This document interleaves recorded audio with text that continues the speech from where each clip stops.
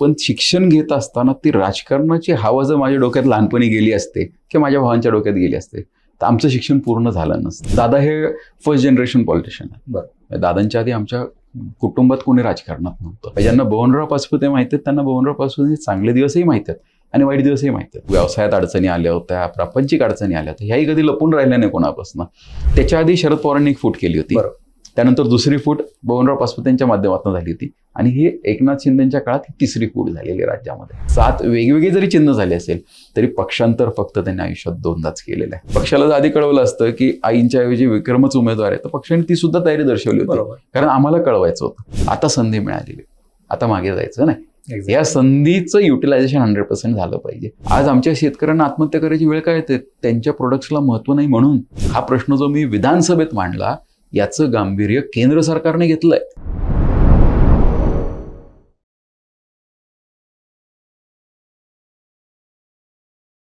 नमस्कार, मी किरण निंभोरे आणि आपण पाहताय वास्तव कट्टा. आपल्या सर्वांना माहिती की नुकतंच जे अधिवेशन झालं त्या अधिवेशनामध्ये एका नवनियुक्त आमदाराने धुमाकूळ घातला होता. कारण आपण जे पनीर खातो ते पनीर पहिल्यांदाच कुणीतरी अधिवेशनात घेऊन गेला असेल. प्रत्येकजण आपापले प्रश्न मांडण्यासाठी, आपापल्या मतदारसंघातला प्रश्न मांडण्यासाठी अधिवेशनामध्ये प्रश्न मांडत असतात, परंतु एक सर्वसमावेशक ज्याच्याकडे कोणाचंही लक्ष नाही, जीवन मरणाचा प्रश्न आहे, जे पनीर खाल्ल्याच्या नंतर माणूस मरू शकतो, अर्थात खाल्लं की मरणार नाही, परंतु ज्या पनीरमुळे आयुष्यावरती जीवनावरती खूप मोठे परिणाम होऊ शकतात, ते प्रश्न मांडणारे आमच्या श्रीगोंदा तालुक्याचे आमदार माननीय विक्रमदादा पाचपुते सर आपल्यासोबत आहेत. नमस्कार, खूप खूप स्वागत आपलं वास्तव कट्ट्यावरती. दादा, खरं तर एक पनीरच्या तुकड्या एवढी ओळख तुमची नाहीये, पण ते जे पनीर तुम्ही सर्वसामान्य लोकांच्या जीवनावरती जो परिणाम होणार आहे त्याचं गांभीर्य ओळखून ते पनीर घेऊन तुम्ही अधिवेशनात गेलात आणि ज्या तळमळीने तुम्ही ते प्रश्न मांडत होते, श्रीगोंद्याचे प्रश्न मांडत होते तुम्ही, त्या तळमळीने एक युवा नेतृत्व, एक युवा आमदार आणि एक सुशिक्षित आमदार की जो परदेशामध्ये शिक्षण घेऊन आलाय आणि त्या शिक्षणाचा फायदा आज समाजासाठी करतोय, असा एक आमदार ज्यावेळेस आम्ही पाहतो त्यावेळेस आम्हाला अभिमान वाटतो की तुम्ही आमचे आमदार आहात. दादा, पहिली टर्म आहे तुमची आणि बऱ्याच लोकांना, म्हणजे महाराष्ट्र नाही देश, बबनदादा पाचपुते ओळखतो, आपल्या पिताजींना. त्यांच्या नावाच्या पलीकडे जाऊन तुम्ही आता काम करताय, त्यांची ओळखताय, त्यांचा हात तुमच्या पाठीवरती आहे, डोक्यावरती आहे अर्थातच, परंतु आज तुम्ही आमदार म्हणून प्रतिनिधित्व करताय आणि एकदम तडाखेबाज काम करताय. सो विक्रम पाचपुते काय आहेत, त्यांचं बालपण कसं गेलं, त्यांचं एज्युकेशन काय? कारण एज्युकेशन, मी प्रत्येक वेळेस एज्युकेशन का म्हणतोय कारण ते खूप महत्त्वाचं आहे. थोडक्यात तुमच्या तोंडून आम्हाला आवडेल ऐकायला. माझं पूर्ण शिक्षण हे पुण्यात झालं. बरोबर. आणि त्याच्या मागे अनेक कारणं आहेत. म्हणजे माझा जन्म आई पुण्याची असल्यामुळे पुण्यात झाला. शिरूर तालुक्यातलं वावेळे म्हणून माझं आजोळ आहे आणि आईच्या घरच्यांचं, माझे जे आजोबा आहेत त्यांचं पुण्यामध्ये लाकडाचा व्यवसाय होता. अनेकदा ते पुण्याला किंवा गावी राहायचे, तर माझा जन्म पुण्यात झाला.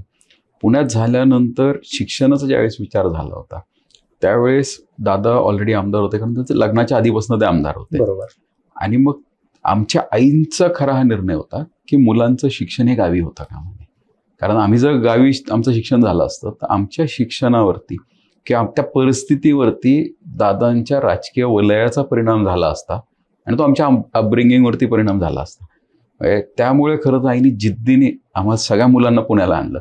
म्हणजे तिथे काय होतं, शेवटी जर माझं शिक्षण काष्टीला झालं असतं तर फरक काहीच पडला नसतं, एखादं शिक्षण चांगलंच मिळालं असतं. पण शिक्षण घेत असताना ती राजकारणाची हवा जर माझ्या डोक्यात लहानपणी गेली असते किंवा माझ्या भावांच्या डोक्यात गेली असते तर आमचं शिक्षण पूर्ण झालं नसतं. अगदी बरोबर. त्यामुळे आम्हाला जिथे इन्फ्लुएन्स कमी कारण चालणार नाही असं म्हणणार नाही, कारण काय झालं की मी पहिलीच जाईपर्यंत दादा गृहराज्यमंत्री झाले होते. बरोबर. माझा इन्फ्लुएन्स होताच, पण प्रमाण खूप कमी होतं. तेच प्रमाण जर मी नगरला किंवा काष्टीत राहिलं असतं तर प्रमाण खूप जास्त राहिलं असतं. तर माझं बेसिक एज्युकेशन पुण्यात झालं, माझं कॉलेज स्कूलिंग तर पुण्यात झालं, कॉलेजसुद्धा माझं पुण्यात झालं. मी फर्ग्युसनला 11-12ला होतो, त्यानंतर माझं सिम्बायसिसला माझं बीकॉम झालं आणि ते झाल्यानंतर पोस्ट ग्रॅज्युएशनसाठी मी लंडनला गेलो होतो. माझं MBA फायनान्स लंडनला झालं होतं. अच्छा. बरं, ज्यावेळेस तुम्ही ज्यावेळेस लहान होते, घरातच आमदार होते, मंत्री होते, कधी असं वाटलं होतं की आपणही आमदार होऊ? नाही, असं कधी वाटलं नव्हतं. मुळात म्हणजे राजकारण, दादा हे फर्स्ट जनरेशन पॉलिटिशियन आहे. बरं, दादांच्या आधी आमच्या कुटुंबात कोणी राजकारणात नव्हतं. दादाच राजकारणात आले आणि दादानंतर राजकारणात आम्ही कोणी येईल असं वाटलं नव्हतं. हां, समाजकार्याची मला आवड होती. मी 2008ला शिक्षण झाल्यानंतर जसं मी परिक्रमा स्टार्ट केलं त्याचबरोबर मी एक युवा मंच पण चालू केला होता आणि त्यामध्ये अनेक युवकांना कनेक्ट करून समाजकार्य आम्ही सुरू केलं होतं. 35,000हून जास्त सभासद किंवा माझ्या काय म्हणा असोसिएट्स त्या युवा मंचमध्ये झाले होते. ते कार्य सुरू केलं होतं. पण त्यावेळेस हे असं राजकारण हा कधी मोठं नव्हता किंवा राजकारणात यायचंय हा कधी फायनल गोल नव्हता. म्हणजे नवल तर असं असेल की मधल्या काळामध्ये काय होतं, अनेकदा आपण फक्त चांगल्या गोष्टी सांगतो किंवा चांगला काळ लक्षात ठेवतो. आमचं काय होतं की दादांचं वलय इतकं मोठं आहे, आमच्या चांगला टाईम आणि वाईट टाईम कधीच लपून राहिला नाही. म्हणजे ज्या अडचणीचा काळ होता आमचा तो संपूर्ण समाजाला माहिती आहे. ज्यांना बबनराव पाचपुते माहिती आहेत त्यांना बबनराव पाचपुतेचे चांगले दिवसही माहिती आहेत आणि वाईट दिवसही माहिती आहेत. म्हणजे ज्यावेळेस आमच्यावरती आमच्या व्यवसायात अडचणी आल्या होत्या, प्रापंचिक अडचणी आल्या होत्या, ह्याही कधी लपून राहिल्या नाही कोणापासून. तर हा जो अडचणीचा काळ आहे त्यावेळेस तर मी हा निर्णय घेतला होता आपल्याला राजकारणात यायचंच नाही. मी लहानपणी ज्यावेळेस आपण पाहतो एखादा डॉक्टरचा मुलगा असेल तो डॉक्टरकडे पाहून मला डॉक्टर व्हायचं आहे, मला इंजिनियर व्हायचं आहे. किंवा आमच्या केसमध्ये उलटं होतं किंवा रादर राजकारण्यांच्या मुलांच्या केसमध्ये उलटं असतं. राजकारण्यांची मुलं, राजकीय कुटुंबातली मुलं हे ठरून राजकारणात येत नाही. मला जर कोणी विचारलं तुला राजकारणाचं, माझं लास्ट चॉईस करिअर चॉईस हे राजकारण होतं. म्हणजे माझं शिक्षण सुद्धा मी MBA फायनान्स केलं. म्हणजे माझं जर प्री प्लॅन असतं तर मी पॉलिटिकल सायन्समध्ये काहीतरी ग्रॅज्युएशन पोस्ट ग्रॅज्युएशन केलं असतं. लास्ट चॉईस पॉलिटिक्स होतं. कारण आम्ही पाहिलं राजकारणामध्ये वेळ इतका द्यावा लागतो आणि तो वेळ दिल्यानंतर जास्त तुम्ही समाजात मोठे व्हायचं असतं ना त्याच घरी वेळ देता येत नाही. आणि तो आम्ही वडिलांकडनं अनुभवला होता. त्यामुळे मला राजकारण हा कधी डोक्यात फॅक्टर ठेवलाही नव्हता आणि मी जवळजवळ डिक्लेअर केलं होतं. मधल्या काळामध्ये मी राजकारण करणार नाही हे कुटुंबातही सांगितलं होतं आणि मी सक्रिय नव्हतो. 2009-10ला सक्रिय असणारा मुलगा 14 नंतर एक 7-8 वर्ष मी सक्रिय नव्हतो कुठेच. तरी सुद्धा लोकांनी पसंती दिली. हा खूप मोठी गोष्ट आहे. ते फक्त एकच कारण आहे, जे बबनदादांनी गेल्या 45 वर्षामध्ये जे काही राजकारण बिल्टअप केलं ते त्यांच्या कार्यकर्त्यांमुळे केलं होतं. आणि या कार्यकर्त्यांनी माझ्यावर विश्वास ठेवला, जेवढा दादांवर ठेवला. त्या विश्वासामुळे खरं तर मला ही संधी मिळालेली. अगदी बरोबर. खरं आहे. थोडंसं मी अजून मागे जातोय की दादा 7 वेळा आमदार झाले. हो, त्याच्यामध्ये मंत्री पण झाले. आणि बऱ्याच वेळा आम्ही लहानपणापासून ऐकतो की दादांना ऐकतो आम्ही, परंतु आत्ता ज्यावेळेस दादांविषयी काही चर्चा निघतात किंवा मीडियामध्ये आम्ही ऐकत असतो की दादांनी 7 वेगवेगळ्या चिन्हांवरती निवडणूक लढवली. याचा अर्थ असा आहे का की दादांनी प्रत्येक वेळेस पक्ष बदलले? नाही. काय होतं माहिती आहे का, संपूर्ण सत्य जर पाहिलं आता मुळात दादांनी राजकारणाची सुरुवात ही आणीबाणीच्या काळात केली होती. त्यावेळेस ते कॉलेजला होते. आणीबाणीच्या काळात ते राजकारणामध्ये आले. त्यानंतर ते सक्रिय झाले. ते जनता पार्टीचा भाग होते आणि जनता पार्टीमधनं त्यांनी उमेदवारी 1978ला मागितली होती. त्यांना AB फॉर्म मिळाला होता. मुलाखतीला गेले, AB फॉर्म मिळाला आणि मुलाखतीतनं बाहेर गेल्यानंतर त्यातलं ते म्हणलं अरे आपण ह्याला वय नाही विचारलं. दादांना परत आत बोलून घेतलं, तुमचं वय काय म्हणलं 24. म्हणलं तुम्ही बसत नाही. शेवटी लढायला 25 वय लागतं. AB फॉर्म परत काढून घेतला होता आणि अनफॉर्च्युनेटली म्हणा किंवा दादांच्या नशिबाने फॉर्च्युनेटली म्हणा की 80ला परत निवडणूक लागली होती. 1.5-1.25-2 वर्षामध्ये. आणि 1.5-2 वर्षामध्ये निवडणूक लागल्यानंतर दादांना जनता पार्टीने उमेदवारी दिली. पण दुर्दैवाने त्यावेळेस चिन्हाचा गोंधळ झाला होता. जनता पार्टीचं चिन्हही गोठलं गेलं होतं आणि मग दादांना पहिली निवडणूक ही जनता पार्टीतनं लढत असताना त्यांना एक अपक्षाचं चिन्ह घ्यावं लागलं होतं, ते म्हणजे छत्री होतं. दादांची पहिली निवडणूक ही छत्रीवरती झाली. दुसऱ्या निवडणुकीमध्ये 1980ला दादा छत्रीवरती निवडून आले. 1985ला दादा जनता पार्टीच्या नांगरधारी शेतकरीवरती निवडून आले.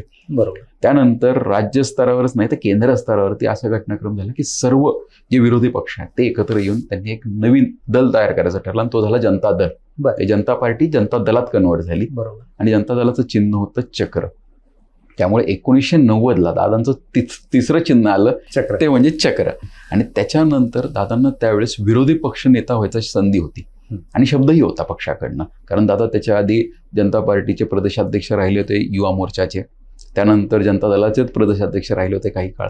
आणि मग हे सगळं असताना ऐनवेळेस त्यांना डावललं गेलं होतं. आणि हे डावलत असताना महाराष्ट्राची राजकीय परिस्थिती अस्थिर होती. 1990ला जे सरकार आलं त्याचं सुधाकरराव नाईक मुख्यमंत्री होते. आणि मग त्यावेळेस पवार साहेबांनी दादांना साकडं घातलं की तुम्ही किती वर्ष प्रवाहाच्या विरुद्ध चालणार, तुम्ही सत्तेमध्ये या, मतदारसंघामध्ये कामं जर करायची असेल तर सत्ताधारी आमदार असणं अतिशय गरजेचं आहे. आणि मग याच्यावरती खूप विचार झाली, चर्चा झाली आणि त्यावेळेस दादांच्या नेतृत्वाखाली उभी फूट पडली होती. आज आपण एकनाथ शिंदेची उभी फूट पाहतो ना, बरोबर. तसे 10 आमदार जनता दलातनं बाहेर निघाले होते आणि त्यांनी काँग्रेसला पाठिंबा दिला होता शरद पवारांच्या नेतृत्वाखाली. ती पहिली फूट होती. होय. त्याच्या आधी शरद पवारांनी एक फूट केली होती. त्यानंतर दुसरी फूट बबनराव पाचपुतेंच्या माध्यमातून झाली होती आणि ही एकनाथ शिंदेच्या काळात ही तिसरी फूट झालेली राज्यामध्ये. तर त्यावेळेस 10 आमदार हे जनता दलातनं बाहेर पडले. दादांचं भाषण होतं पवार साहेबांनी की मी माझ्याबरोबर 9 रत्नांची माळ घेऊन आलोय आणि ती तुमच्या गळ्यामध्ये मी घालतो. आणि त्याच्यानंतर महाराष्ट्रातलं काँग्रेसचं सरकार हे स्थिर झालं आणि त्या काळात बॉम्बलास्ट झाला होता. आणि त्यावेळेस दादांना हे दादा गृहराज्यमंत्री सुद्धा होते. तर त्या काळात दादा गृहराज्यमंत्री पदाचा कार्यकाळ पाहत असताना हा सगळा घटनाक्रमही त्यावेळेस घडला होता. इतकी अनस्टेबल परिस्थिती असताना सुद्धा हे 10 जण आल्यामुळे सरकार स्टेबल राहिलं आणि सरकार स्टेबल होतं म्हणून ही जी काही राज्यातली जी परिस्थिती झाली होती, मग ते जातीय दंगला झाला तर अनेक गोष्टी झाल्या होत्या, हे सगळं स्टेबलाइज झालं. आणि त्यावेळेस हे आल्यामुळे 95ला दादा काँग्रेसमधनं पंजा चिन्ह आलं. हे चौथं चिन्ह दादांचं पंजा झालं. आणि मग पंजानंतर काँग्रेसमधून स्वतःच पवारसाहेब बाहेर पडले. बरोबर. तर ते बाहेर पडल्यामुळं सगळेच काँग्रेसमधले म्हणजे मेजर जे काय होते पवारसाहेबांच्या नेतृत्वाखाली त्यांनी नेतृत्व बदललं नाही, त्यात बाहेर पडले. तर राष्ट्रवादी तयार झाली. राष्ट्रवादीचं घड्याळ चिन्ह मिळालं. दुर्दैवाने 99ला पराभव झाला दादांचा. मग 2004ला त्यांना संधी मिळाली. स्वतः राष्ट्रवादीचे प्रदेशाध्यक्ष होते. सगळ्यात जास्त राष्ट्रवादीचा प्रदेशाध्यक्ष फिरलेला कोणता असेल आजही नेते मंडळी ऍक्सेप्ट करतात ते म्हणजे बबनराव पाचपुते. एवढं होऊन दुर्दैवाने त्यांना उमेदवारी मिळाली नव्हती. त्यांना अपक्ष लढावं लागलं होतं. तर त्यांचं 5वं चिन्ह हे कुकर आलं होतं. अपक्ष उमेदवार होते ते निवडून आले. निकाल लागत आला, जाहीर व्हायच्या आधीच त्यांनी पाठिंबा जाहीर देऊन टाकला होता. एवढी नेतानिष्ठ होती. मी पक्षनिष्ठ म्हणायचे, पक्षाबरोबर नेतानिष्ठ होती ती. त्यांनी पवार साहेबांना कळून टाकलं की मी तुमच्याबरोबर आहे. ते झाल्यानंतर मग 2004ला ते राष्ट्रवादीतनं उभे राहिले. त्यांचं 6वं चिन्ह हे घड्याळ झालं आणि घड्याळावरती दादा निवडून आले. त्यानंतर आमचा 2014ला खऱ्या अर्थ म्हणजे पहिला जर आम्ही पक्ष सोडला असेल तर तो राष्ट्रवादी सोडला. त्यावेळेस पक्ष म्हणजे दुसरा राजा पहिल्यांदा जनता दल सोडला, त्यानंतर राष्ट्रवादी सोडून दादा भारतीय जनता पार्टीमध्ये आले. 14पासून आता 10 वर्ष उलटून गेलेत. 14पासून आम्ही भारतीय जनता पार्टीमध्ये आहोत.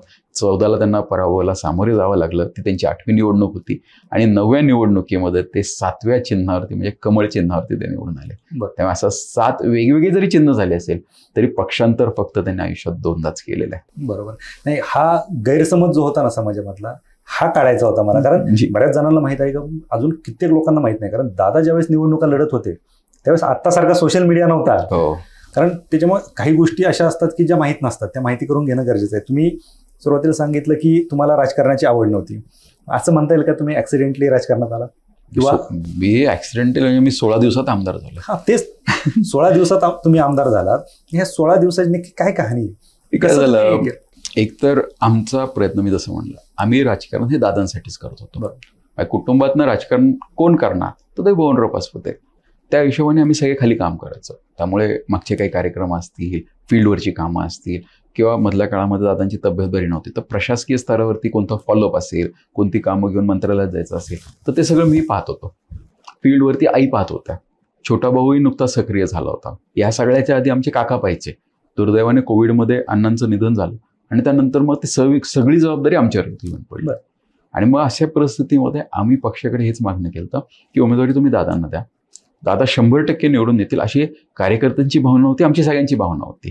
कारण तो एक वोट शेअर किती नाही म्हणलं तर एक पाचपुते परिवाराचा तिथे राहिलेला आहे. कार्यकर्ते बरोबर आहेत आणि कार्यकर्त्यांच्यामुळे खरं तर आम्ही आज या ठिकाणी राहिलेलो आहोत. पण दुर्दैवाने पक्षस्तरावरती काही जी चर्चा झाली त्यानुसार त्यांनी सांगितलं का दादांची तब्येत पाहता त्यावेळेस त्यांना नाकारलं गेलं होतं. पण त्यांना नाकारत असताना पर्याय आम्हाला दिला होता की कोणी द्या. त्यावेळेस आम्ही आईंचा पर्याय आम्हीच ठेवला होता. पण दुर्दैवाने मी दादांनी आईंना विचारत घेतलं नव्हतं. अच्छा. कारण आम्हाला आम्ही परस्पर सांगून मोकळे झालो, आई चालतील आम्हाला. पण त्यावेळेस काय झालं की आईंचा पर्याय आम्ही दिल्यानंतर ज्यावेळेस उमेदवारी जाहीर झाली आणि उमेदवारी जाहीर झाल्यानंतर आईंनी जो त्यांचा अँगल सांगितला हा आमच्यासाठी खूप शॉकिंग होता. आम्ही फक्त एक अँगलने आम्हाला काय दिसत होतं उमेदवार निवडून आणायचा, पक्षाचा उमेदवार निवडून आला पाहिजे एवढंच आम्हाला कळत होतं. पण तो निवडून आणत असताना आईंनी आम्हाला फक्त एक कारण विचारलं की दादांना उमेदवारी का नाही? म्हटलं तब्येत बरी नाही. बरोबर, ठीक आहे. तब्येत बरी नसताना बरोबर कोण असलं पाहिजे? अर्थात बायको. येस. ते म्हणलं मला जो तुम्ही त्यांच्याबरोबर ठेवत नाहीयेत मग मी आमदार होऊन करू काय? आणि आमदारकी आमच्यासाठी असं कोणासाठी आमदार व्हायचंय किंवा बघ काही जणांचं असं जास्त आयुष्यात एकदा तरी आमदार व्हायचं, आमच्यासाठी तसं नव्हतं. कारण आम्ही आमदारकी पाहिलेली आहे, आम्ही मंत्रिपदही पाहिलेत, आणि आम्ही सत्तातनं बाहेर राहिल्यानंतर काय असतं, ज्यावेळेस कोणतंही पद नसतं तेही आम्ही काळ पाहिलेलं आहे. बरोबर. त्यामुळे खूप शॉर्ट टर्म आहे. ह्या सगळ्याची जाणीव आम्हाला होती. त्यामुळे आमदारकी हा काही विषय आमच्यासाठी कधीच नव्हता. आम्ही मग त्यावेळेस आईंचा ज्यावेळेस अँगल पाहिला, की आईंची ज्यावेळेस मत ऐकलं त्यावेळेस लक्षात आलं की आपण खूप मोठी चूक केली. आणि पक्षाचं असं अजिबात नव्हतं. पक्षाला जर आधी कळवलं असतं की आईंच्या ऐवजी विक्रमच उमेदवार आहे, तर पक्षाने ती सुद्धा तयारी दर्शवली होती. कारण आम्हाला कळवायचं होतं. कळवताना आम्ही चुकलो होतो, त्यामुळे निर्णय आम्हाला घेणं गरजेचं होतं. आणि नुसतं घेणं गरजेचं नव्हतं, तर घेतलेला निर्णय योग्य आहे हे निवडून येऊन दाखवणं गरजेचं होतं.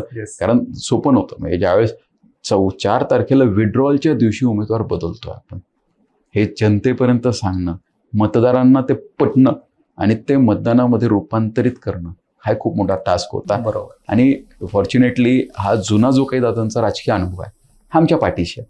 म्हणजे आज मी जरी नौखा वाटत असेल तरी माझ्या मागे खूप मोठा अनुभव आहे. तो माझा जरी नसेल तरी तो वडिलांचा आहे. शेवटी जसं आपण म्हणतो की तुम्ही ज्यावेळेस आपण शिकतो म्हणजे अनुभव येत नाही, ते ज्ञान असतं. तर तसं माझ्याकडे ज्ञान आहे. अनुभव हा उतरल्यानंतर, म्हणजे ज्यावेळेस एखादा अधिकारी तुमच्या क्षेत्रातला हा ज्यावेळेस पास होतो त्यावेळेस त्याकडे फक्त ज्ञान असतं, त्याकडे अनुभव नसतो. अनुभव तसा ज्ञान माझ्याकडे होतं, अनुभव आता यायला लागलेला आहे. अगदी. पण मग हे जे 16 दिवस होते, तुम्हाला 16 दिवस भेटले, ह्या 16 दिवसामध्ये कसं हे मॅनेजमेंट केलं सगळं? ना शेवटी अनुभव खूप महत्वाचा आहे. ह्या सगळ्या, आणि राजकारणात आम्ही काय केलंय, शेवटी हे असं असतं मुळात ह्या ज्या गोष्टी आहेत ही झाकली मोठी सवय लागायची. हे तुम्हाला विश्वास बसणार नाही, आम्ही ज्या ज्या पॉलिटिकल सायन्समध्ये गोष्टी केल्या पाहिजेत हे सांगितलं गेलं होत्या त्याच्या विरुद्ध दिशेचे सगळे केले. एक तर 16 दिवसात उमेदवार बदलला हे कोणी मान्य करत नाही. बरोबर. वरचंदही इतिहासात पहिल्यांदा घडलं. हो, पहिल्यांदा घडलं. म्हणजे ते खरं पक्षश्रेष्ठींना मानलं पाहिजे आणि त्यांनी संधी दिली ती. बरोबर. एकतर उमेदवार बदलल्यानंतर मोठ्या सभा घेऊन आपण उमेदवार का बदलतोय हे जनतेपर्यंत सांगणं अतिशय गरजेचं होतं. बरोबर. ते आम्ही केलं नाही. आमच्या कॉर्नर सभा होत्या, आम्ही फक्त एक काम केलं, आम्ही प्रत्येक गावात गेलो, एकही गाव सोडलं नाही. छोट्या छोट्या सभा घेतल्या. कारण कसं असतं, आमचा दादांचा जो अनुभव आहे, ज्यावेळेस तुम्ही पहा एखादी मोठी सभा होते ना, ती सभा झाली ना फक्त एकच चर्चा होती, सभेला गर्दी किती होती. बरोबर. एखादी छोटी सभा झाली ना, छोटी बैठक झाली ना, त्याच गर्दीची चर्चा होत नाही, मुद्द्याची चर्चा होते. एक्झॅक्टली. तर आम्ही फक्त तेच केलं. आम्ही छोट्या छोट्या सभा, छोट्या छोट्या बैठका घेतल्या. त्यामुळे आमचा मुद्दा जनतेपर्यंत जात होता. आणि विरोधकांच्या खूप मोठ्या मोठ्या सभा होत होत्या, त्यांच्या सभेच्या गर्दीची चर्चा होत होती आणि आमच्या सभेच्या मुद्द्यांची चर्चा होत होती.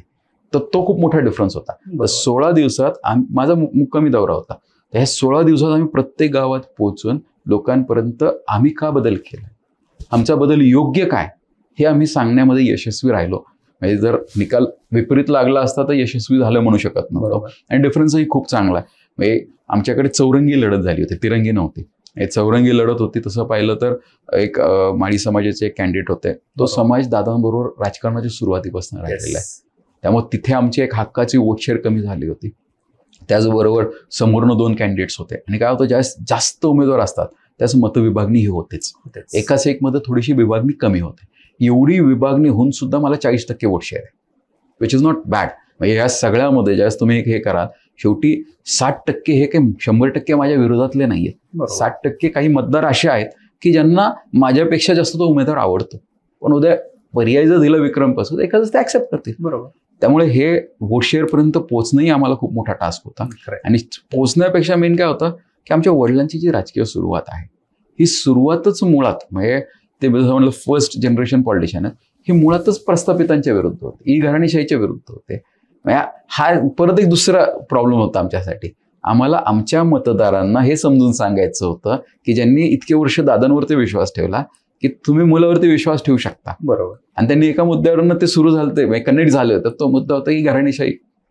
हाच मी आलो म्हणजे घराणेशाही होती, मी आलो म्हणजे प्रस्थापित होतो. हे सगळं होत असताना तो जो कनेक्ट आहे हा खूप महत्वाचा होता. आणि आम्ही तो कनेक्ट करण्यामध्ये एकदम यशस्वी झालो. ते 16 दिवस खूप कमी टाइम होता, पण या 16 दिवसामध्ये आम्ही सगळे, म्हणजे त्यात फक्त एकटा विक्रम पाचपुते, एकटे बबनदादा किंवा एकट्या आई किंवा एकटा माझा भाऊ फिरत नव्हता. आमचा प्रत्येक कार्यकर्ता फिरत होता. आमच्या गावातले काही लोक आहेत ते प्रत्येक गावामध्ये होते. म्हणजे माझे कितीतरी, म्हणजे माझ्या म्हणण्यापेक्षा दादांचे कितीतरी कार्यकर्ते असे होते जे त्यांच्या पाहुण्यांकडे मुक्कामी जाऊन समजून सांगत होते की का पाचपुते परत संधी मिळणं गरजेचं आहे, का पाचपुत्यांना संधी देणं गरजेचं आहे. जो तो आपापल्या परीने प्रयत्न करत होता आणि ह्या प्रयत्नाला खरं तर यश आलेलं आहे. ज्यावेळेस तिकीट बदललं, आईंच्या जागेवरती तुम्ही निवडणूक लढणार हे फिक्स झालं, प्रेशर नाही आलं?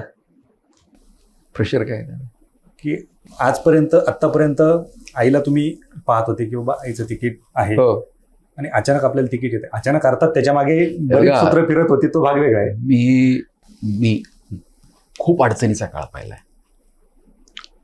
हा जो अडचणीचा काळ आहे ना, म्हणजे एक मोमेंट असा होता की खरं तर ह्या सगळ्याचं मी श्रेय माझ्या बायकोला देईन. त्यांच्याकडेही थोडंसं पॉलिटिकल बॅकग्राऊंड आहे, सगळ्या गोष्टी आहेत. ती माझ्या बरोबर खंबीरपणे उभी राहिली. हे एक पॉईंट असा असायचा की बाहेर जेवायला जाताना खर्च किती होईल याचा विचार मला पडायचा. आपल्याला जायचंय तर कोणत्या हॉटेलला जायचं आणि तेवढे पैसे आपल्या खिशात आहेत का, हा काळ मी पाहिलेला आहे. म्हणजे मला सांगायला लाज वाटत नाही, कारण आमचं कधी लपूनच राहत नाही. आणि ज्याला लाज वाटते ना त्याच्या वाईट काळाची, तो कधीच पुढे जाऊ शकत नाही. बरोबर. म्हणजे एक मोमेंट असा होता, आमच्या घरात वाटण्या झाल्या होत्या, कोविड काळ होता आणि ह्याच्यानंतर आम्हाला रिवाईव्ह व्हायला, शेवटी स्टेबिलाईज व्हायला खूप टाइम लागला होता. बरोबर. आणि आमचेच नाही, या देशातले अनेक कुटुंब डिस्टर्ब झाले होते. ह्या सगळ्यामध्ये मी जो व्यक्ती एकेकाळी, लोकांना असं वाटतं अरे मंत्र्याचा पोरगा आमदाराचा आहे, काही अडचण नसेल. आम्ही लोकलनी प्रवास केलाय. मी आणि माझा भाऊ दौंडला लोकलला बसायचो, पुण्याला यायचो, फक्त एकाच कारणासाठी की आपण गाडी नेली तर 500-1000 रुपयाचा डिझेल जाईल, त्यापेक्षा लोकलने जाऊ, तिथे घरी पोहोचता येईल, तिथे काय असेल ती दुसरी सोय करू. हा पिरियड आम्ही पाहिलेला आहे आणि ते एक ठरवलं की हे विसरायचं नाही. हे जर जाणीव. आणि त्यावेळेस आम्ही पाहिलंय ज्यांच्याकडे आमचे पैसे होते ते देत नव्हते. म्हणजे असं काही नव्हतं, लोक आम्ही खूप जवळनं अनुभवलेली आहेत. आमची अडचण होती, बिकट नव्हती परिस्थिती, ती तयार झाली होती. ते सोडवायचं होतं आम्हाला, तो गुंता सोडवायचा होता. आणि हा गुंता सोडवण्याची जी परिस्थिती आहे ना, त्यातलं जे प्रेशर होतं ना, उमेदवारी काहीच नव्हतं त्यासमोर. आणि मुळात इथं थोडीच मला फासावर चढवणार आहे. पडलं असतं तर कोणी काही मला तिथं काय फाशीची शिक्षा नव्हती. बरोबर. मुळात काय आहे की भीती कधी वाटते ज्यावेळेस तुम्ही घेता. मी तर अनेकदा पाहतो, अनेक मुलं प्रेशर खाली असतं परीक्षेला जाताना. प्रेशर घेतलं तर परीक्षेचं प्रेशर आहे, आपण ठरवायचं आहे, तुम्ही घ्यायचंच नाही. It's a normal day. ज्या दिवशी तुम्ही विचार करणार की प्रत्येक दिवस हा वेगळा काहीच नाहीये, वेगळा करायचा आहे, मग काय अडचण राहत नाही. ज्या दिवशी तुम्ही ठरवणार अरे आजचा दिवस खूप महत्वाचा आहे, आजची परीक्षा आहे म्हणायचात काही, कोणत्याही गोष्टीचं प्रेशर आलं ना की तुम्ही परफॉर्म नाही करू शकत. अगदी बरोबर. प्रेशर घेतलं की परफॉर्म नाही करत. प्रेशर खाली परफॉर्म करता येत, पण प्रेशर घेतल्यावर परफॉर्म करता येत नाही. तुम्ही बघा, जो रबर असतो तो इलास्टिक असतो, तो खेचतो त्यावेळेस तो प्रेशर घेत नाही, काही नाही फरक, तो एक्सटेंड होत राहतो. ज्या मोमेंटला तो रबर प्रेशर घेतो तो तुटल्याशिवाय राहत नाही. 100%. प्रेशर घ्यायचं नाही याचा अर्थ तुम्ही खूपच मस्त मला बिंदस्त, तसंही नाही. बरोबर. वास्तवाची जाणीव असली पाहिजे. तुम्ही वास्तवात जगायला शिकलं पाहिजे. भूतकाळ बदलू शकत नाही, भविष्यकाळाचं स्वप्न बघून वास्तव डिस्टर्ब करण्यात अर्थ नाही. त्यामुळे वस्तुस्थिती, आजची काय परिस्थिती हे खूप महत्वाची आहे. ते ज्याला कळतं ना त्याला कोणत्या क्षेत्रात कधीच अडचण राहत नाही. खरंय, कारण हे वास्तव समाजासमोर येणं पण गरजेचं होतं. अर्थात तुमच्या बोलण्यामधून ज्या गोष्टी बाहेर येत आहेत त्यातून जी मॅच्युरिटी दिसते, त्याच्यातून समाज बदलण्याची कुठेतरी समाज बदलतोय. पण मला असं म्हणायचं नाही की समाज बदलण्याची म्हणजे आज जो आपला मतदारसंघ आहे, विचारसरणी आहे, याच्यामध्ये खूप बदल होऊ शकतो असं जर आमदार काम करत असेल तर. आता मला एक सांगा, ज्यावेळेस निवडणूक झाली, ज्या दिवशी निकाल होता त्यावेळेस काय होतं? सकाळी उठल्याच्या नंतर मनात काय होतं? मी खूप निवांत होतो, मला कॉन्फिडन्स होता 100%. म्हणजे मतदान झालं ना त्याच्यानंतर आमची दरवर्षी पद्धत अशी असायची की आम्ही प्रत्येक गावात फोन करून त्या कार्यकर्त्याला फोन, ही जुनी पद्धत आहे, त्या कार्यकर्त्याला फोन करायचं. साधारण तुमच्या बूथमध्ये किती, 2 बूथ आहेत, किती मतदान झालं, हा ठीक आहे 1,500 मतदान झालं, त्यातलं आपल्याला किती पडेल, विरोधात किती जाईल, हा एक अंदाज लावायची एक पद्धत होती. ह्यावेळेस आम्ही ते केलंच नाही.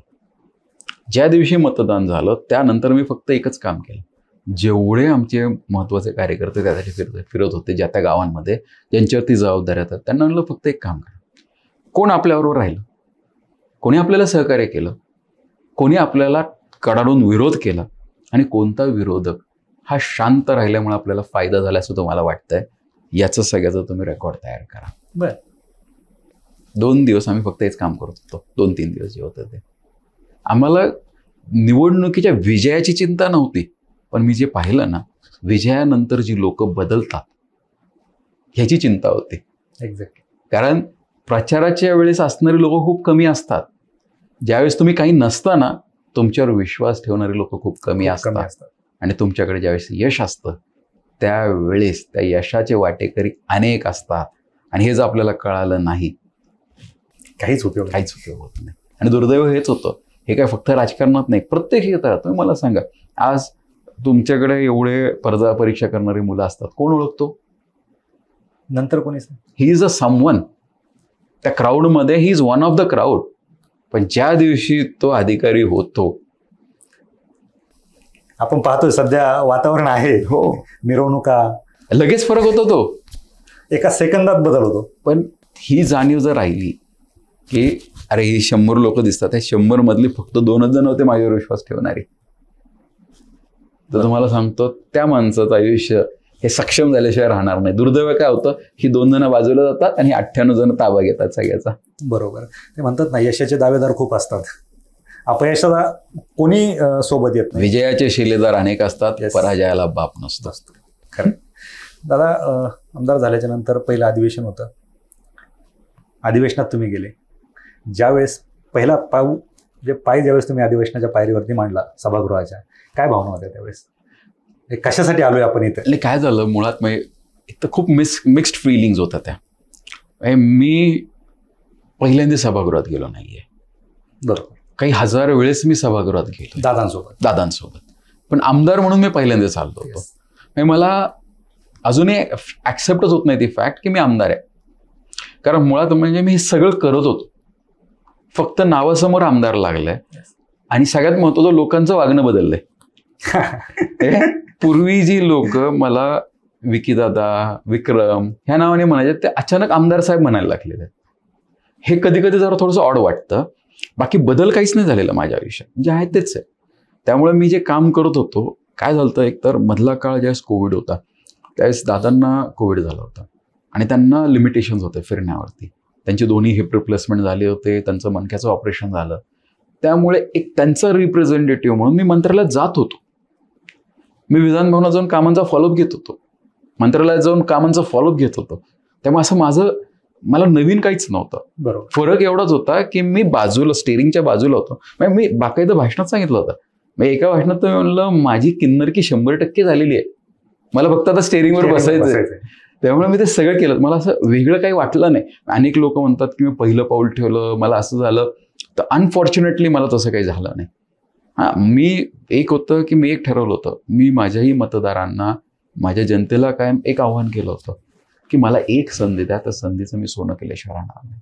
तेव्हा मला फक्त एक दिसत होतं, आता संधी मिळालेली, आता मागे जायचं नाही. या संधीचं युटिलायझेशन 100% झालं पाहिजे. त्यामुळे जी संधी मिळेल ना, जिथे स्कोप मिळेल तिथे आपल्याला मग तुम्हाला घुसायचंय, काही मांडायचंय, काय करायचंय ते करण्याचा मी प्रयत्न करतो. तुमचं आता काम पाहून तरी वाटतं की तुम्ही संधीचं सोनं 100% करणार.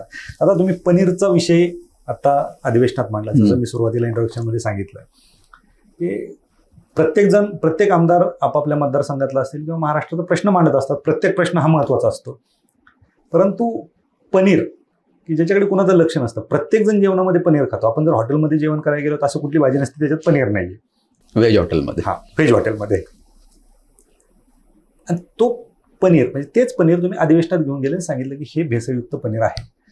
काय म्हणजे तुम्हाला पनीरच का वाटलं की असं पनीरच का वाटलं? याच्यापेक्षा काय झालं, आम्ही स्वतः डेअरी इंडस्ट्रीमध्ये होतो. बरोबर. त्यामुळे मी अनुभव घेतलेला आहे त्या सगळ्याचा, की काय असतं, ॲडल्ट्रेशन्स काय असतात, त्याचे परिणाम काय होऊ शकतात. आणि ह्या सगळ्यापेक्षा मी अनेक जण मतदारसंघाचे प्रश्न मांडत होते. पनीर हा काही फक्त राज्याचा प्रश्न होता, माझ्याही मतदारसंघाचा प्रश्न आहे. बरोबर. आणि मुळात म्हणजे काय, मी आमदार आहे.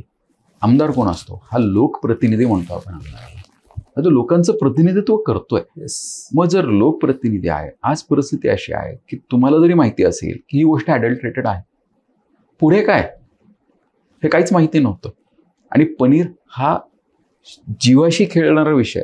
आज तुम्ही बघा सहजपणे लहान मुलांना, आणि माझं हे कुठनं झालं माहिती आहे का, मला 3 वर्षाची मुलगी आहे.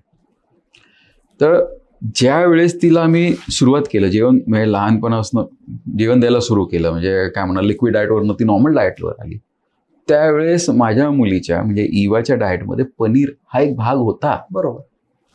मग तिच्या असू शकतो तर कितीतरी लहान मुलांच्या जेवणामध्ये पनीर हा भाग असतो. सहज बॉडी बिल्डर्स असतील काय असतील तर आपल्याला सहज सजेशन दिलं जातं की तुम्हाला चांगला प्रोटीन सोर्स पाहिजे तर तो पनीर आहे. माझा स्वभाव असा आहे की कोणतीही गोष्ट असेल, मी कोणतंही प्रोडक्ट घेतलं की मागे इन्ग्रेडियंट्स वाचत असतो. तर मे बी हे चांगली गोष्ट असेल, कधी वाईट असेल, कधी कधी मला अजूनही मी ग्रोसरी शॉपमध्ये गेलो, मी जातो तरी मला खूप वेळ जातो, म्हणजे लोक असे ग्रॅब करून घेऊन येतं, मला ते नाही, मला थोडंसं सवय आहे ते इन्ग्रेडियंट लिस्ट वाचायची. त्यामुळे ते पनीरमध्ये काय असतं हे मी पूर्वीपासून वाचत चाललं. ॲनोलॉग चीजमध्ये काय असतं, हे असतं, मग ह्या गोष्टी लक्षात येतात. आणि तुम्ही बघा ज्याच्यात मिक्स एकदम छोटं छोटं करून ठेवतात, कधी कधी तर मोबाईलवरती झूम करून पाहावं लागतं, त्याच काय लिहिलं ते कळतं.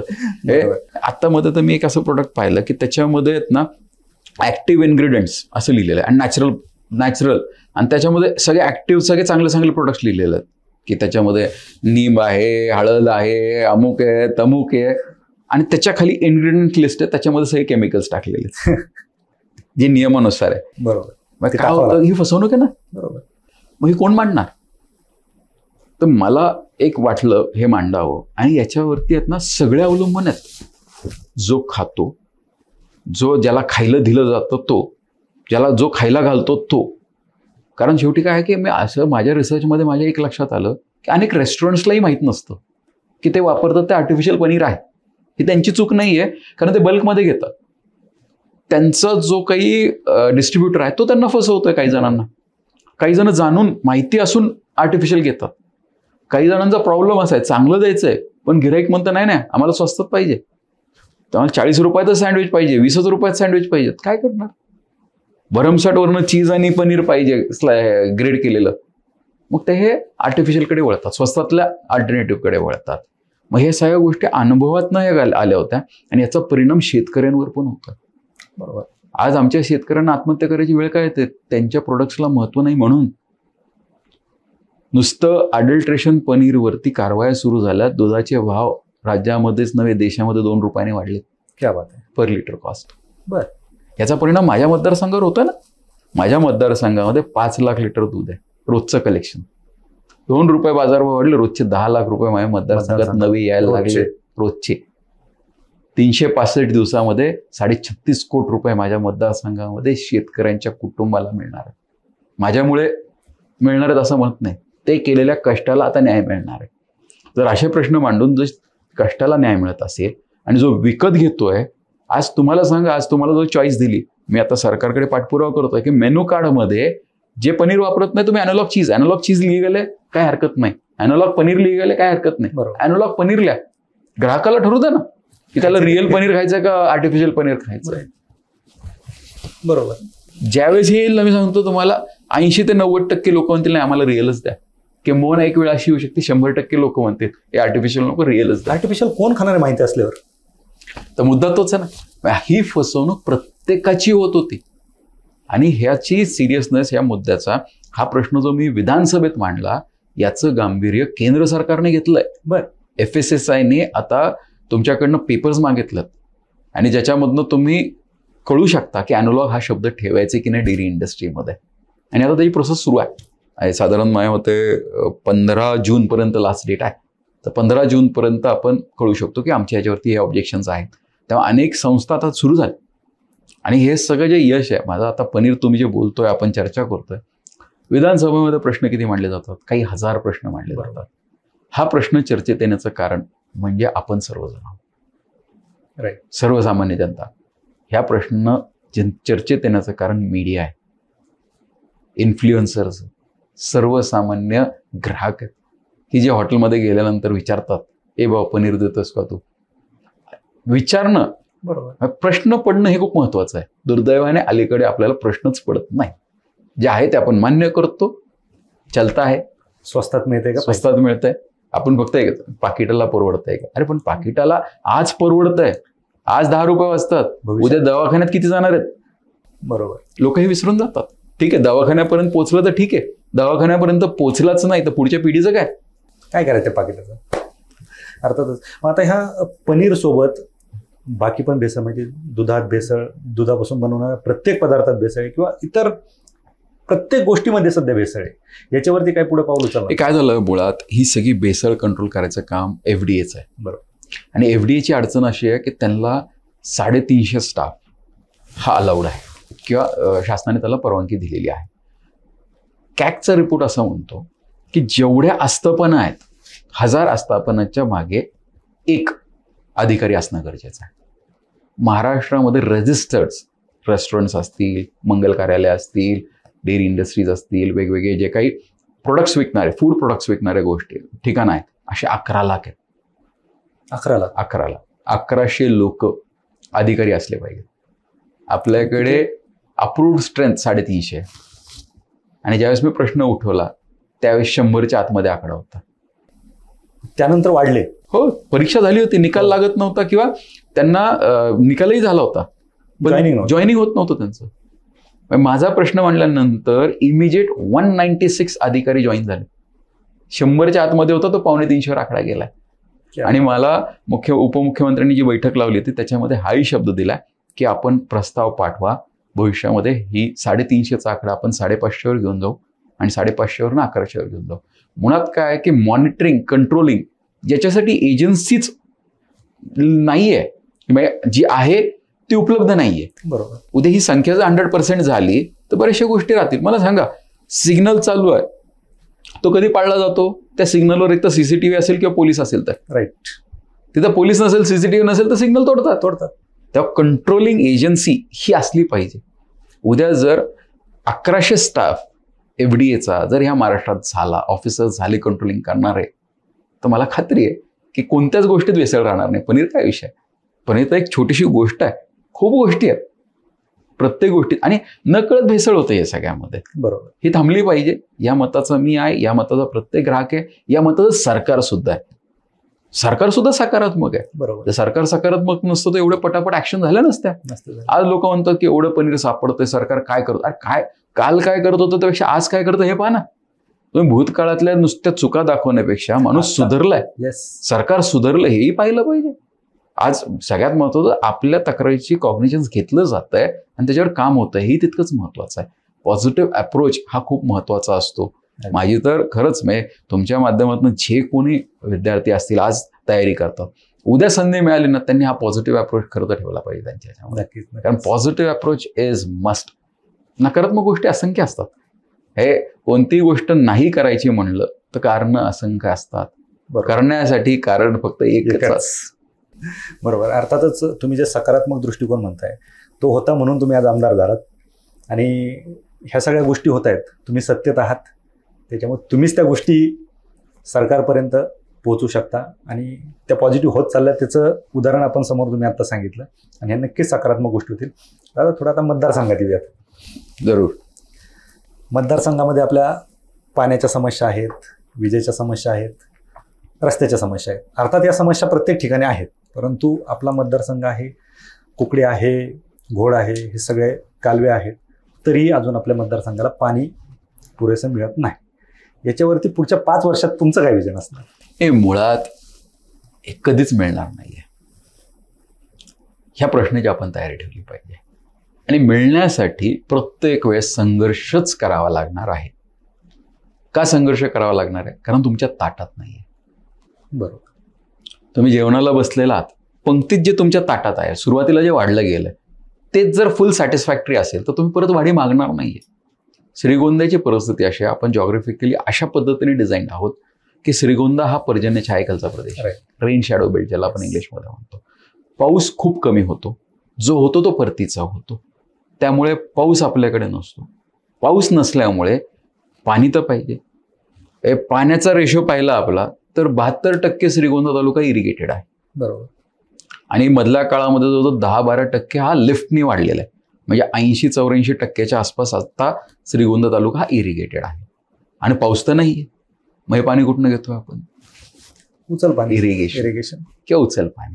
आता मला सांगा, जर उचल पाणी आहे, थोडक्यात तुमच्या ताटात काहीच वाढलेलं नाहीये, तुम्ही उपाशीच राहणार आहे. बरोबर. जोपर्यंत वाढीवाल्याचं लक्ष तुमच्याकडे येत नाही किंवा तुम्ही लक्ष त्याचं इकडे आपल्याकडे केंद्रित करत नाही किंवा त्याचं लक्ष ओढून घेत नाही, तोपर्यंत तुम्ही उपाशीच राहणार आहे. त्यामुळे श्रीगोंद्याला पाणी हे कायम संघर्षातनंच आणावं लागणार आहे आणि नुसतं आणून चालणार नाही, त्याचं नियोजन करावं लागणार आहे आणि त्या पद्धतीने आपण सुरुवात केलेली आहे. मुळात काय आहे की आमच्याकडे हे 45 वर्षाचा जो अनुभव आहे, इतरांना 5 वर्ष श्रीगोंदा कळायला लागला.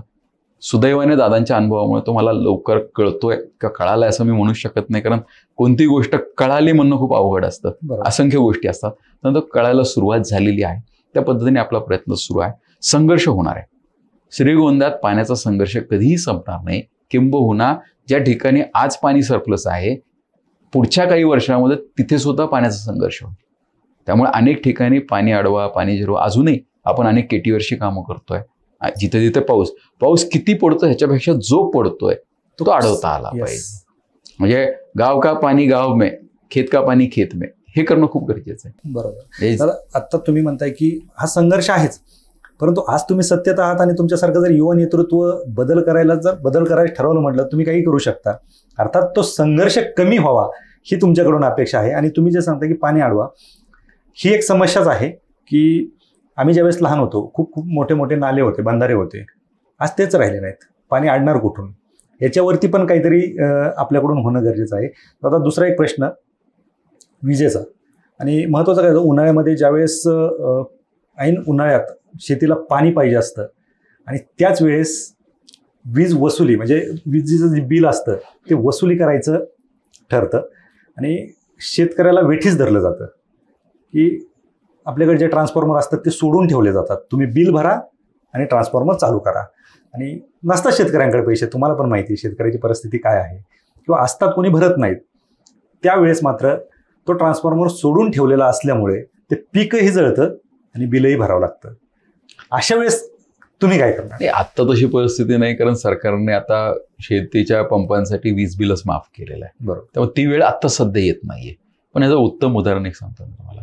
घरात स्वयंपाक होत असेल, आईला एखाद दिवशी किंवा घरातलं जे कोणी स्वयंपाक बनतंय त्याला स्वयंपाक करायला उशीर झाला, अर्धा तास 1 तास उशीर झाला, भूक खूप लागलेली असते, आपण शांतपणे वाट बघतो. पण जेवायला बसलं आणि जर जास्त लोक असतील तर पहिली घाई करतात, कोणाला आधी मिळतंय. बरोबर. तुम्ही 1 तास संयमाने काढला, पण जेवण आल्यावर का घाई करता? माझं एकच मत आहे की गोष्ट जर रेग्युलर ठेवली तर शेतकऱ्याला अडचण होणार. मी शेतकरी आहे, माझ्या पिकाचे पैसे आल्यानंतर मी शेतीचं बिल भरण्यामध्ये रस ठेवत नाही, ते पाईल्डअप होतं. बरोबर. त्यामुळे अडचण होते. दुर्दैवाने MSEBची रिकव्हरी ही मार्च एंडला येते. त्यावेळेस पाणी कमी पडलेलं असतं, कारण त्यांना इयरचं क्लोजिंग असतं. जर हेच पैसे आपण वर्षभर तर थोडं थोडं करून भरत राहिलो तर ही वेळ येणार नाही. आपण ते करत नाही. आपण असलं तरी करत नाही, कारण आपल्यासाठी ती प्रायोरिटी नाही. हे दुर्दैव आहे. त्यामुळे आता तरी एक चांगलं झालं की आमचं महायुतीचं सरकार शेतकऱ्याच्या व्यथा जाणून आहे, म्हणून आता शेती पंपाला वीज माफी केलेली आहे. सौर पंप आता सध्या दिले जातात. म्हणजे दिवसा शेतकऱ्याला वीज मिळेल आणि त्यातनं शेती करू शकेल. तेव्हा रात्री शेतात जायची जे आपण म्हणतो, आज रात्री एखादा गेलो तो ओव्हरटाईम म्हणतो, तर आपल्या शेतकऱ्यांना जे ओव्हरटाईम करावं लागतंय विजेच्या ह्या शेड्यूलमुळे ते होणार नाही. या दृष्टिकोनातून आमच्या सरकारचा प्रयत्न चालू आहे आणि भविष्यामध्ये ते नक्कीच हा प्रश्न उत्तरित होईल. पण एक जी काही मानसिकता आहे ही प्रत्येकाने बदलणं गरजेचं आहे. बरोबर. पण त्याच्यासाठी जशी आपण जनजागृती म्हणतो तसं आपल्या बाजूने पण प्रयत्न होणार. कारण आज तुम्ही आमदार आहात, आज तुम्हाला मानणारा वर्ग आहे. जसं दादांना लोक मानत होते, एका शब्दावरती गोष्टी बदल होतात आणि तुम्ही ते करू शकता, कारण आता तो वारसा तुम्हाला पुढे चालवायचा आहे. सो त्याच्यामध्ये बदल करण्यासाठी देखील तुमची मदत पडेलच. नाही, होईल, हळूहळू होईल. कसं असतं माहिती का, बदल एका दिवसात घडत नसतो. अर्थात. म्हणजे ज्या वेळेस कम्प्युटर्स इंडियामध्ये आले होते, भारतात आले होते, त्यावेळेस सगळ्यात जास्त आंदोलन करणारे टायपिस्ट होते. बरोबर. त्यांना भीती होती की आपल्या नोकऱ्या जातील. पण त्याच्यानंतर ज्यांनी कम्प्युटर शिकून घेतला तर एकाही टायपिस्टची नोकरी गेली नाही. उलट कामाची व्याप्ती वाढली आणि अनेक लोकांना कामं मिळायला लागली. त्यामुळे कसं असतं, ज्यावेळेस नवीन काही बदल व्हायचा असतो ना, तो पटत नाही, तो रुचत नाही. बदल व्हायला थोडा वेळ लागतो. इट इज ही प्रोसेस आहे. हे तो बदल होत राहणार आहे आणि त्या दृष्टिकोनातून आमचा प्रयत्न आहे. आणि अचानक केलेला बदल टिकत नाही. लोकप्रतिनिधी जर खूप स्पष्ट बोलला तर त्याला उचलून टाकतात लोक. बरोबर. खरं कटू असतं, त्यामुळे खरं किती बोलावं हे आम्हाला ठरवावं लागतं. हे दुर्दैव आहे. नाही, खरं आहे. आणि लोकांना वास्तव स्वीकारायची सवय नाहीये. लोकांना जे बरं वाटेल तेच बोलावं वाटतं. अर्थात शुगर कोटेड आवडतं. येस. अर्थात आणखी एक प्रश्न, याला लागून सगळे प्रश्न तेच असतात. रस्त्याचा अजूनही श्रीगोंदा तालुक्यात खूप गावं अशी आहेत. माझं गाव घोटवी, गावात तालुक्यातून जायला रस्ता नाही. आता तुमचं गाव स्टेट हायवेवर घेऊन आलोय आपण, पण तालुक्यातून जायला रस्ता नाही अजून. आता सुरू झालाय. तुम्हाला कल्पना नसेल. अर्थात आहे, काम चालू आहे. श्रीगोंद्याचं मी जसं मगाशी सांगितलं की सत्य असणं किती महत्वाचं आहे. दुर्दैवाने काय झालं की रस्ते विकास आराखडा हा दर 20 वर्षानंतर प्रत्येक राज्यामध्ये, आपल्या राज्यामध्ये होत असतो. बरोबर. आपला 2020ला रस्ते विकास आराखडा होणं अपेक्षित होतं. कोविडमुळे तो आता चालू आहे. त्याच्या आधीचा रस्ते विकास आराखडा हा 2020चा 2000ला झाला होता आणि ह्याचं काम 1 वर्षभर आधी चालू होतं आणि तो 2 वर्ष अजून चालतो. 99ला सुरू झाला तो रस्ते विकास आराखडा आणि तो 2001-2ला इम्प्लिमेंट झाला आणि तो 2000 ते 2020 याचा रस्ते विकास आराखडा. बरोबर. त्याच्या आधीचा रस्ते विकास आराखडा हा 1980ला झाला होता. अरे. आणि तो अधिक 2-3 वर्ष होतो. आता मी हे सांगण्याचं कारण असं आहे, ह्या दोन्ही पिरियडमध्ये दादा आमदार नव्हते, त्यामुळे रस्ते नकाशावरच घेता आले नव्हते. पण आता तुम्ही आलात. मग आपण मागच्या काळामध्ये सरकारने, कोविडचा पिरियड होता, रस्ते विकास आराखडा चालू होता. श्रीगोंद्यात अनेक रस्ते जे 40-40 वर्ष दर्जनीच झाले नव्हते, ज्या रस्त्यांना नंबर नव्हते, अशा रस्त्यांना आपण नंबर टाकून घेतले. आताही प्रक्रिया चालू आहे. तुमचं गाव हे MDR वर होतं घोटवे, आता ते गाव स्टेट हायवेवर झालं. तर रस्ता आपण अपग्रेड करून स्टेट हायवेमध्ये कन्वर्ट केलाय. आणि जो रस्ता तुमचा श्रीगोंदा म्हणा, श्रीगोंद्यावरनं कोळगावला जाणारा रस्ता आहे, हा रस्ता कॉन्क्रिटीकरण आता काम चालू झालेलं आहे. शेवटी काय असतं की ठीक आहे, हा अनुशेष राहिला होता, पण हा आम्ही अचानक भरून काढायला सुरू केलेला आहे. म्हणजे मागच्या 5 वर्षामध्ये इतकी कामं मंजूर आहेत आणि सुरू आहेत. काही कामं प्रगतीपथावर आहेत, काही कामांना आता वेग यायला लागलेला आहे. त्यामुळे मी तुम्हाला खात्रीशीर सांगतो की तुम्ही श्रीगोंद्याला आल्यानंतर अजून एक 5 वर्षानंतर श्रीगोंद्याचं रस्त्याचं चित्र हे 100% वेगळं असणार आहे. आताही तुम्ही आताही इतके कॉन्क्रीट रोड श्रीगोंदा मध्ये चालू. आता तुमच्या गावात किंबहुना नाही, पण श्रीगोंदा तालुक्यात मी तर म्हणेल 147 गाव आहेत, 47-48 गाव आहेत आपली मतदारसंघामध्ये. त्यातली जवळजवळ 100 गावं ही स्टेट हायवेवरती आलेली आहेत. इतके रस्ते आपण अपग्रेड केलेले आहेत. बरोबर. त्यामुळे हे सगळे व्हायला थोडा वेळ लागेल. जसं म्हटलं, बदल एका दिवसात घडत नसतो. नक्कीच 5 वर्ष तुमच्याकडे आहेत. नाही, अर्थातच जर स्टेट लेवलला जर तुमच्या मतदारसंघाचा विषय असेल तर तुम्ही लावून धरणार. तसं जर तुमच्या समोर माझ्या गावाचा विषय आला तर तेवढं तर मी क्रेडिट घेणारच. 100% काय घेऊ नये. आम्हाला दादा काय सांगतात, मागताना कधीही दारिद्र्य ठेवायचं नाही. बरोबर. तुम्ही पदर पुढे केला, तो एकासाठी केलाय का 1000साठी केलाय, मागताना दारिद्र्य ठेवायचं नाही. बरोबर. त्या पद्धतीने जिथे संधी, जसं तुम्ही आता मागता इथे ही संधी सोडली नाही, तसं संधी कधी सोडायची नाही. अर्थात जी संधी मिळेल त्या संधीचं सोनं करायचंच. नक्कीच कडेपर्यंत न्यायचा प्रयत्न करायचा. अर्थात दादा, ज्यावेळेस तुम्ही अधिवेशनामध्ये शपथ घेत होते, पहिल्यांदा संत मोहम्मद महाराजांचं नाव अधिवेशनामध्ये महाराष्ट्राच्या विधानभवनामध्ये गाजलं, तुम्ही नाव घेतलं. आणि त्याच संत मोहम्मद महाराजांच्या समाधी जी आपल्या श्रीगोंद्यामध्ये आहे, हिंदू मुस्लिम ऐक्याचं प्रतीक आपण ज्याला म्हणतो, त्याच्यासाठी तुम्ही लढा उभा केलाय. काय सांगाल, काय भविष्य असेल?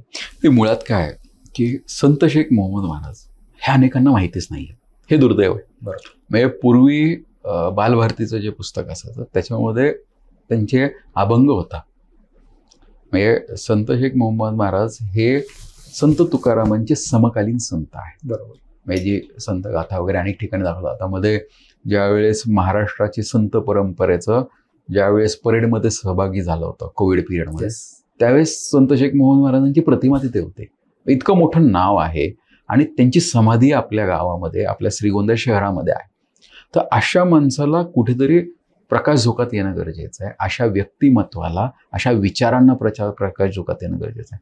कारण संत शेख मोहम्मद त्यांचं जे अभंग आहे की ओवीत म्हणतात, शेख मोहम्मद अविंद तरी तयाचे हृदयी गोविंद. संत शेख मोहम्मद महाराज हे मुस्लिम समाजात जन्माला आले होते, पण ते काय म्हणणार की ते प्रचार प्रसार हे हिंदुत्वाचा करत होते. बरोबर. ते भागवताचा प्रचार करत होते. ते स्वतः माळकरी होते. ते स्वतः पंढरपूरला जायचे. त्यामुळे इतका मोठा वारसा हा खरं तर आपण जगासमोर आणायला कमी पडलेला आहोत. हे भक्तीसमोर कोणताही जात नाही, पात नाही, धर्म नाही. हे संत शेख मोहम्मद महाराजांनी काहीशे वर्षापूर्वी सिद्ध करून दाखवलेलं आहे. दुर्दैवाने आपण ते पुढे येत नव्हतं. ते आणायचं आम्हाला संधी मिळालेली आहे. आम्ही 100% प्रयत्न करतोय. आणि विषय इतका मोठा असून सुद्धा काही स्थानिक लोक ते दर्गा, मंदिर, मस्जिद या वादामध्ये सगळा हा विषय गुंतलेला आहे. त्यामुळे मी या लोकांना त्यातनं बाहेर काढून एक लोकप्रतिनिधी म्हणून आपल्याला तिथे संत शेख मोहम्मद महाराजांचं मोठं मंदिर कसं होईल, मोठं देवस्थान कसं होईल, हा संदेश फक्त श्रीगोंद्यापुरता मर्यादित न राहता, मी तुम्हाला उदाहरण सांगतो, श्रीगोंद्यात जेवढे अधिकारी पोस्टिंग होतात ना, ज्यांनी संत शेख मोहम्मद महाराजांचं दर्शन घेतलं ना, असे असंख्य अधिकारी आहेत. ते अजूनही यात्रेला येऊन दर्शन घेऊन जातात. बरं, काहीतरी चमत्कार आहे ना. एवढं असताना सुद्धा ते कुठेतरी दुर्लक्षित राहिलेलं होतं. ते प्रकाश झोकात आणणं गरजेचं होतं. त्यामुळे मी जाणीवपूर्वक ज्यावेळेस मला शपथ घेण्याची संधी मिळाली आणि अनेक जण वेगवेगळ्या महापुरुषांची नावं घेत होते, आय मेड अ पॉईंट की माझ्यामध्ये त्या संत शेख मोहम्मद महाराजांना एक स्थान मिळालं पाहिजे. माझ्या शपथीमध्ये, माझ्या आयुष्यातली जी सभागृहातली पहिली शपथ असेल त्याच्यामध्ये स्थान मिळालं पाहिजे. तो घेण्याचा मी प्रयत्न केला. त्याच्यानंतर अनेक माझ्या सहकारी आमदारांनी विचारलं की नेमकं काय म्हणजे संत आणि शेख मोहम्मद हे नेमकं काय, लॉजिक काय. मला अनेकांनी ते विचारलं. बऱ्याच जणांना त्यावेळेस ते कळालं. गोष्ट शेवटी कसं असतं बघा, यार कितीही चांगलं पुस्तक असू दे, ते जर एका अडकळीत पडलं तर त्या पुस्तकातलं ज्ञान तसंच राहतं. बरोबर. ते वापरात आणावं लागतं. तुमच्याकडे किती चांगली गोष्ट आहे, म्हणजे आज तुमच्याकडे टेबल वेट आहे, तो हिरा आहे का टेबल वेट आहे, हे जोपर्यंत पारखले जात नाही किंवा तो दाखवला जात नाही ते कळणार नाहीये. बरोबर. तर त्याचं एक प्रकाश झोकात आणायचा होता, तो आणण्याचा मी प्रयत्न केला. आणि आता गावही जागृत झालंय, स्थानिकही जागृत झालेलं आहे. मला खात्री आहे की येणाऱ्या काळामध्ये नक्कीच त्या संस्थेचा, त्या देवस्थानाचा विकास झाल्याशिवाय राहणार. नक्कीच, कारण ज्या अर्थी तुम्ही शपथ घेताना जर नाव घेताय त्या अर्थी विकास 100% होणारच. नक्कीच दादा, या सगळ्या गोष्टींसोबत आज या पॉडकास्टच्या शेवटी एक 2-3 प्रश्न, की तुम्ही परदेशात जाऊन शिक्षण घेतलं आणि काष्टीमध्ये परिक्रमा हे एज्युकेशन संकुल तुम्ही सुरू केलं. काय कन्सेप्ट होती त्याच्यात? ते मुळात काय झालं होतं, एकतर माझं शिक्षण हे लंडनला झालं. बरोबर. आणि मी ते शिक्षण घेतानाच माझा एक प्रायोरिटी, म्हणजे आधी कुठे घ्यायचा हा कन्सर्न नव्हता. मी खूप त्याच्यावरती रिसर्च केला आणि मला एक लक्षात आलं की भारतात जेवढ्या मॅनेजमेंट इन्स्टिट्यूट्स तेव्हा होत्या, मी 2006-07ची गोष्ट सांगतो, त्यावेळेस सगळ्यांची टॅगलाईन होती, वी क्रिएट बेस्ट मॅनेजर्स. मला मॅनेजर नव्हतं व्हायचं, मला एंटरप्रेन्योर व्हायचं होतं. बरं. आणि भारतामध्ये एंटरप्रेन्योर होण्यासाठी शेवटी काय तुम्ही शिक्षण काय घेता हे महत्त्वाचं आहे ना. बरोबर. अशी इन्स्टिट्यूट्स नव्हती. तेव्हा मी ठरवलं की बाहेर जायचं, कारण बाहेर जाऊनच तुम्ही स्वतःच्या पायावरती उभे राहू शकता. मी ह्या अनुषंगाने तिथं मला ॲडमिशन घेतलं होतं.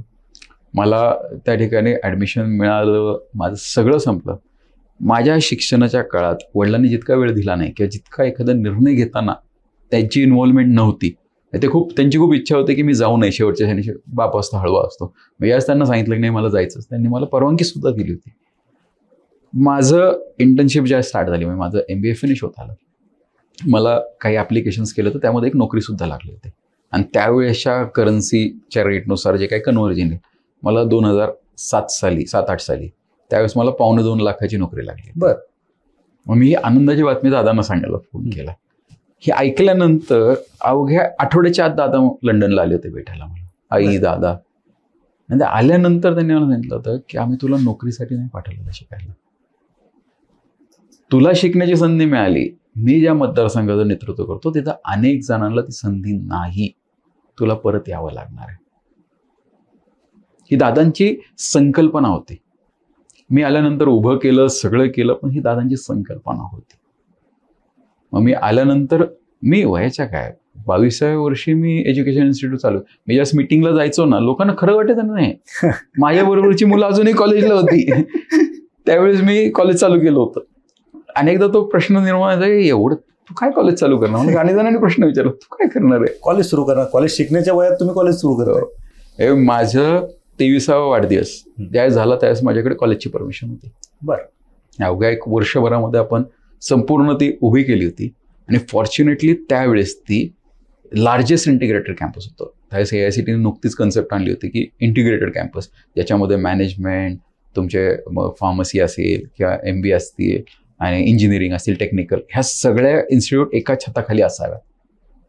तर तो इंटिग्रेटेड कॅम्पस आपण काष्टीला उघडला होता. आणि इतका त्याचा चांगला आज फायदा होता आहे. म्हणजे आज काष्टी जी संस्था आहे त्या संस्थेमुळे श्रीगोंद्याच्या परिसरात किंवा काष्टीच्या पेरिफेरीमध्ये असं एकही गाव नसेल की तिथला विद्यार्थी आमच्याकडे कधी शिकायला नसेल, किंबहुना असं एकही कुटुंब काही सापडणार नाही की त्याचा कधी परिक्रमाशी संबंध आला असेल. त्यामुळं सगळ्यात महत्त्वाचं काय होतं की तो आम्हाला विसिनिटी, कारण त्यावेळेस परिक्रमा चालू व्हायच्या आधी श्रीगोंद्यामध्ये हायेस्ट क्वालिफिकेशन म्हणजे MSc होतं श्रीगोंद्याच्या ठिकाणी. ह्याच्या पलीकडे टेक्निकल इन्स्टिट्यूटच नव्हती. शिकायचं असेल तर पुण्याला जा. बरोबर. पुण्याला जायचं असेल तर तुमची परिस्थिती पाहिजे. अनेक अशी लोक होती, घरची परिस्थिती होती, पण पुण्याला कसं पाठवायचं? आणि ह्याचा तोटा मुलींना व्हायचा. मुलींना कुठे शहरात पाठवता? बंद शिक्षण. अनेक मुलींचं शिक्षण संपत होतं. परिक्रमामुळे मुलींचं शिक्षण सुरू झालं परिसरामध्ये. म्हणजे ज्यांची ऐपत नव्हती त्यांना तर शिकायला संधी मिळाली, पण ज्यांची ऐपत होती आणि ज्यांना बाहेरच्या शहरात पाठवत नव्हते अशा लोकांचं शिक्षण सुरू झालं. तो माझ्यासाठी खूप गर्वाची गोष्ट आहे. आणि याच्यामध्ये अनेक जणांचा वाटा आहे. म्हणजे हा माझंच नाही, दादांची संकल्पना होती, उभी मी केली. मधल्या काळामध्ये ती आईंनी सगळी पाहिली आणि आता छोटे बंधू पाहतात. त्यामुळे हे सगळं जे स्टेबिलिटी आहे ते एकत्रित सगळं आहे. म्हणजे कोणताही एफर्ट हा एका व्यक्तीचा नाही आहे. म्हणजे आज मी आमदार म्हणून तुमच्यासमोर बसलोय, हा काही फक्त एकटा विक्रम पाचपुते आमदार नाही झालेला. हे जेवढे कार्यकर्ते त्यांच्यामुळे आमदार आहे.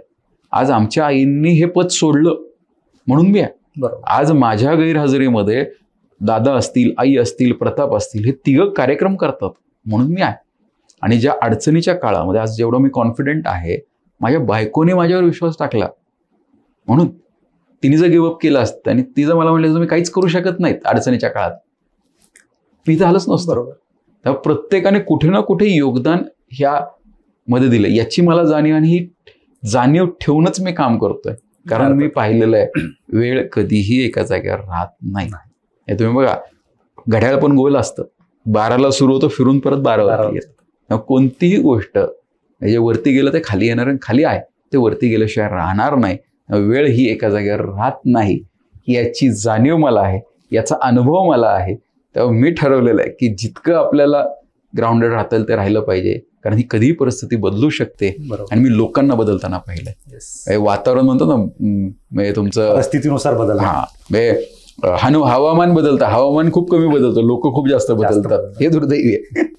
अर्थातच खरं तर हे जे विचार आहेत हे सगळ्यांनी लागू करून घेणं गरजेचं आहे. आता या सगळ्या गोष्टी समजून आजच्या या पॉडकास्टच्या शेवटी ज्या कार्यकर्त्यांचा तुम्ही उल्लेख केला, तर दादांसोबतचे जे कार्यकर्ते होते, दादांसोबतची जी फळी होती, ती फळी प्लस तुमच्यासोबतची जी काही युथ फळी आहे, अर्थात दादांसोबत पण युथ फळी होतीच, परंतु दादांसोबत पहिल्यापासून जे कार्यकर्ते होते ते कार्यकर्ते, आजच्या तुमच्यासोबतचे असणारे कार्यकर्ते, आणि जे तुम्हाला लहानाचं मोठं होताना पाहिलेले कार्यकर्ते, कसा समन्वय साधता? अजून ती वेळ आली नाहीये. खरं तर खूप खूप लवकर घडलं. अनेकदा कळतं इतकं लोकांना काय कळायच्या आत घडून गेलं. 16 दिवसात 16 दिवस फायद्याचे यासाठी होते, कितीतरी ठिकाणी उमेदवार कोण हे कळायच्या आधी मतदानाला लोकांना जावं लागलंय. बरोबर. तेव्हा खूप फास्ट हा जो बदल झाला ना, हा फायद्याचा माझा काही प्रमाणात ठरलेला आहे. पण मुळात काय झालं की आमच्याकडे निवडणूक ही 5 वर्षातनं एकदा जरी येत असतील तर ही ऋणानुबंध आम्ही कायम जपतोय. निवडणूक संपली, निवडणूक संपल्यानंतर आम्ही जनता दरबार सुरू केला. दर महिन्याला जनता दरबार होतो. आमच्या आई प्रत्येक लग्न करतात, दादांना जमेल असं. दादा आता तब्येत सुधारली आहे, वडील दिवसातनं 4 ते 5 कार्यक्रम कमीत कमी करतात. ते फिरतात.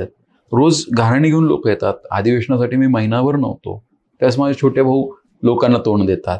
तर आम्ही हे जे कनेक्ट आहे ना, ही जी नाळ आहे ना, ही नाळ कधीही तुटू शकत नाही. आणि ही कार्यकर्त्यांची नाळ इतकी आमची घट्ट आहे, त्यामुळे काहीच फरक पडत नाही नवा आणि जुना.